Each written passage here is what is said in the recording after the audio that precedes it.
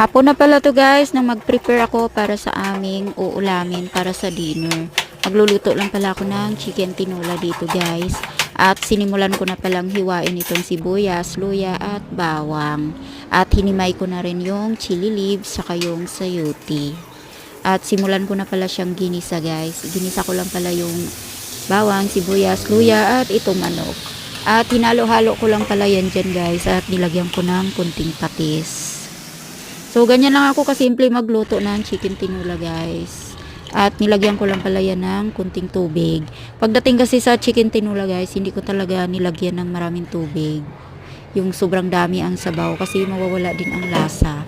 Dahil pag ako nagluluto guys, hindi ako gumagamit ng kahit na anong cube. Dahil hindi rin kasi maganda sa katawan yung chicken cube. At balik tayo dito guys sa ating ginagawa. Nilagyan ko na lang pala ng salt dyan, paminta at saka ating ajinomoto. At malapit na pala maluto yan guys. Kaya nilagay ko ang chili leaves. At nung hinalo-halo ko dyan guys at tinikman ko na okay naman yung lasa.